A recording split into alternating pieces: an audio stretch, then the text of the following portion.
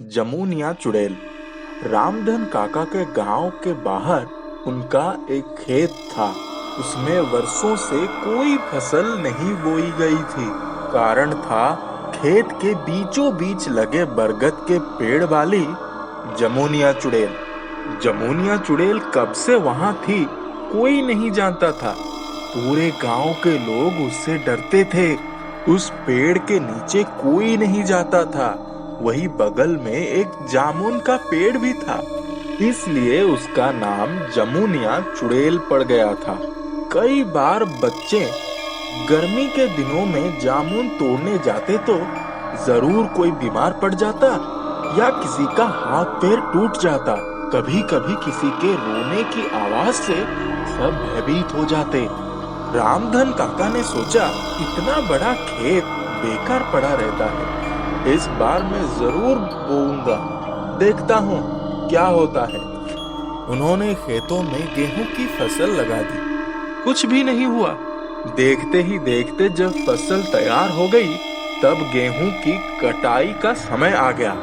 खेतों में गेहूं की कटाई का काम शुरू हो गया था। कटाई के समय ही एक मजदूर ने बोला, अरे बाबू, इस पेड़ के पास का थोड़ा गेहूं छोड़ दो, मत कटवाओ। सुना है जमुनाई चुड़ैल नाराज हो गई तो आतंक मचा देगी। रामधन काका ने उसकी बात अनसुनी कर दी और फसल कटवा दी। रामधन काका दिन भर मजदूरों के साथ लगे रहते थे। धूप में सारे दिन खड़े रहकर शरीर की हड्डी पसली दुख रही थी। रात को खाना खाकर बाहर दालान में पड़े तख्त पर सोए तो तुरंत आंख लग गई। उनकी पत्नी मालती पानी का लोटा रखने आई तो देखा कि उनकी नाक बज रही थी। उसने स्नेहपूर्वक पति की तरफ देखा, उनका बिछावन ठीक किया और घर के अंदर चली गई। आधी रात बीती तब किसी की सिसकियों से उनकी नींद खुली। आसपास देखा तो कोई नजर नहीं आया। उनका गला सूख रहा था। उन्होंने झट से पानी का लोटा उठाया और घटाघट पी गए। तभी उनको लगा कि उनके पैर के पास कोई खड़ा है। उन्हें लगा कि उनकी पत्नी है। वो बोले, मालती, वहां क्या कर रही हो? इधर सामने आ जाओ। लेकिन वो औरत हिली नहीं। उनके पैर की तरफ थोड़ा दूरी पर खड़ी रही। रामधन ने 2-3 बार कहा, फिर वो तख्त से उठ गए और उसकी तरफ बढ़ने लगे। तब उन्होंने देखा कि ये तो कोई और है। उसके पैर भी उल्टे थे। रामधन को तुरंत संदेह हुआ कि शायद पेड़ वाली जमुनाई चुड़ैल है। वो जैसे जैसे उसकी तरफ बढ़ रहे थे वो पीछे की तरफ जा रही थी। रामधन ने कहा, तुम क्या चाहती हो और यहाँ क्यों खड़े हो? वो फिर भी कुछ नहीं बोली, पीछे की तरफ जाती रही। धीरे धीरे वो जहाँ पर गाय बंधी थी वहाँ पहुँच गई। वो जैसे ही गाय के खूंटे के पास पहुँची, गाय खूंटा छुड़ाकर खलियान की तरफ भागने लगे। रामधन को तभी अचानक अपनी लाठी की याद आई। उन्होंने अपने लाठी उठाई और गाय की तरफ भागे। लेकिन ये क्या? उन्हें लगा कि कोई उनके पैरों से लिपटा हुआ है। वो बार बार उसे हटाने की कोशिश कर रहे थे, लेकिन वो उनके पैरों से लिपटी हुई थी। उनको ऐसा लग रहा था जैसे वो उनको जाने नहीं देना चाहती थी। तभी उन्होंने लाठी उठाई और लाठी का वार कर दिया। उनकी लाठी पड़ते ही वो चिल्लाई और छिटक कर दूर जा गिरी। उसको अनदेखा करके रामधन गाय के पीछे दौड़े। दौड़ते दौड़ते उनकी सांसें फूल गई थी। बहुत दूर जाने पर गाय उनकी पकड़ में आई। उन्होंने उसकी रस्सी पकड़ी और वापस लाने लगे। तब तक वो चुड़ैल उनके सामने आकर खड़ी हो गई। उसकी आंखें बिल्कुल लाल थी और दांत बड़े बड़े थे। बाल लंबे पर उलझे हुए थे। उसने कहा, तुम मुझसे बचकर नहीं जा सकते।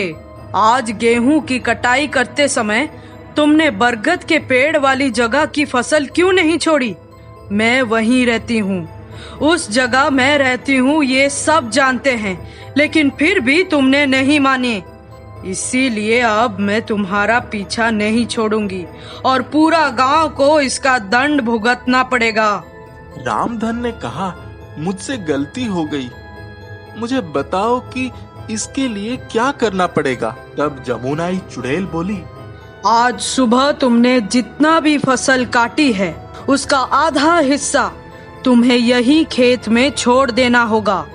रामधन को गुस्सा आ गया। उन्होंने कहा, अगर मैं गेहूं खेत में छोड़ दूंगा तो मैं अगली बुआई कैसे करूंगा? मेरे घर का खर्च कैसे चलेगा? तब वो चुड़ैल बोली, मुझे नहीं पता, तुम्हें आधा गेहूं छोड़ना ही होगा।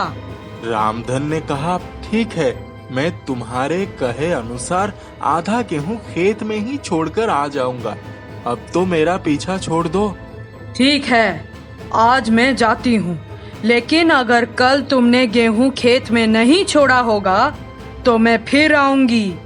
रामधन काका ने हामी तो भर दी, पर उन्हें रात भर नींद नहीं आई। सुबह उठकर वो गांव के प्रधान जी के पास गए और सारी बात बताई।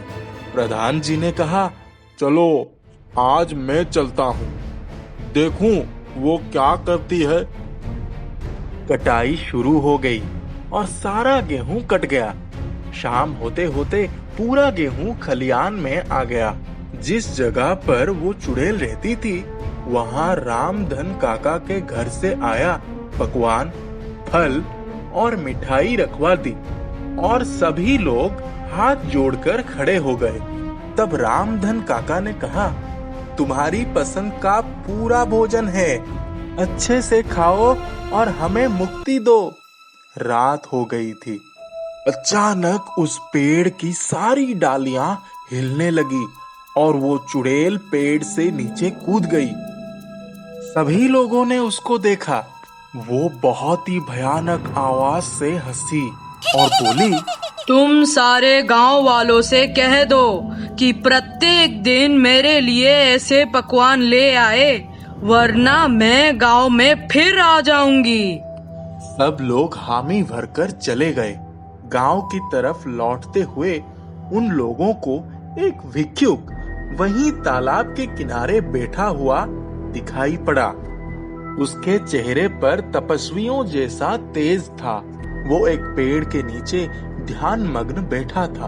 पहले कभी किसी ने उसको गांव में नहीं देखा था। रामधन काका सहित सारे लोग वहां जाकर खड़े हो गए और उनका ध्यान समाप्त होने की प्रतीक्षा करने लगे। 1 घंटे बाद जब भिक्षुक का ध्यान टूटा तब उन्होंने अपने सामने इतने लोगों को खड़े देख कहा, भाइयों, आप लोगों को क्या परेशानी है? रामधन उनके पैर पकड़ लिए और बोले, महाराज, हम एक बड़ी समस्या से घिर गए हैं।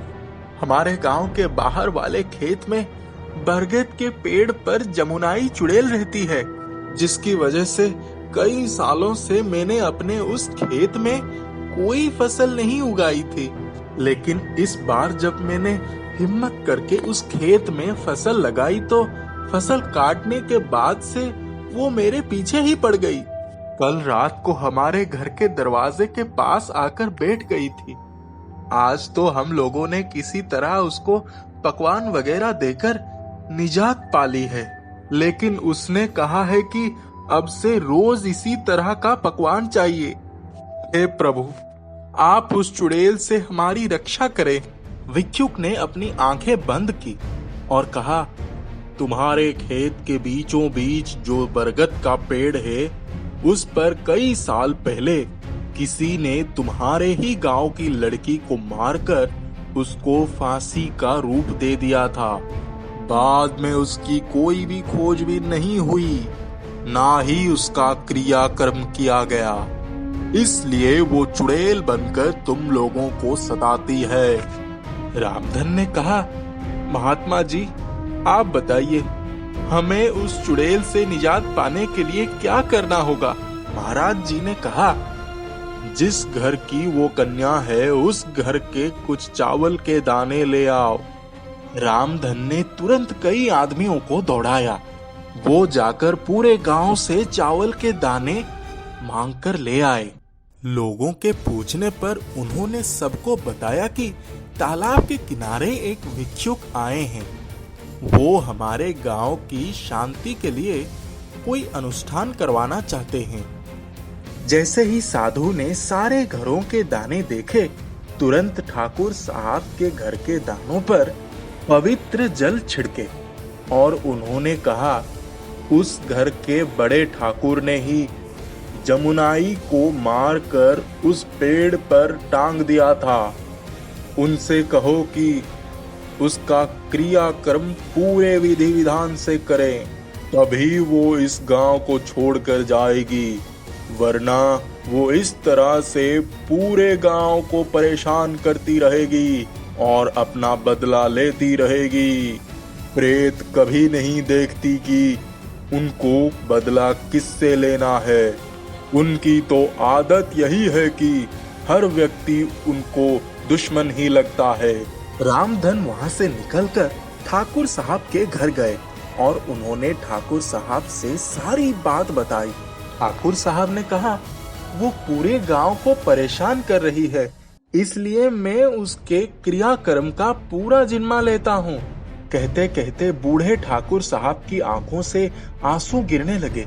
उन्होंने कहा, क्या बताऊं रामधन, वो मेरी ही सबसे छोटी बेटी और घर की दुलारी थी, लेकिन एक बार वो किसी लड़के के बहकावे में आकर उसके साथ घर से भागकर शहर जाने के लिए घर के सारे जेवर और रुपए ले जाने के लिए तैयार हो गई।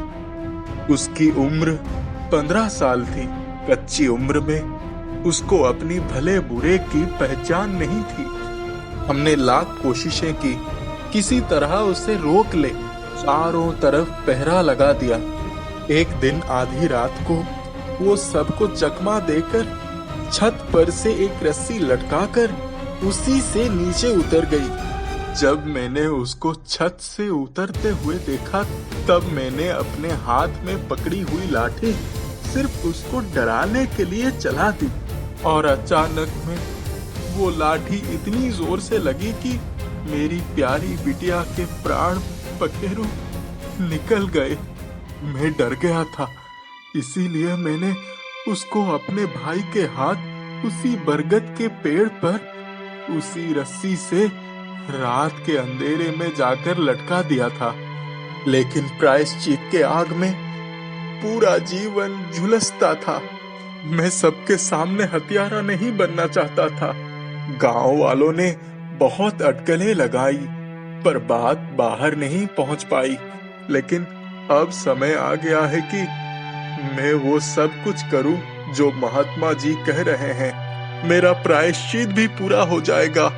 कहते कहते ठाकुर की आंखों से आंसू गिरने लगे। दूसरे दिन ठाकुर साहब के घर में पंडित जी को बुलाया गया और उन्होंने विधि पूर्वक बहुत बड़ा हवन करवाया, जिससे जमुनिया की आत्मा को शांति मिल सके। हवन पूजा की समाप्ति पर सबने देखा कि हवन कुंड से एक सफेद धुएं की रेखा निकली और वो आसमान की तरफ चली गई। तब सबको ऐसा महसूस हुआ कि अचानक वहां का बोझिल वातावरण बिल्कुल हल्का हो गया है। अब वो चुड़ैल इस गांव को छोड़कर जा चुकी थी। उस साधु की कृपा से लोगों को जमुनिया चुड़ैल से निजात मिल गई थी।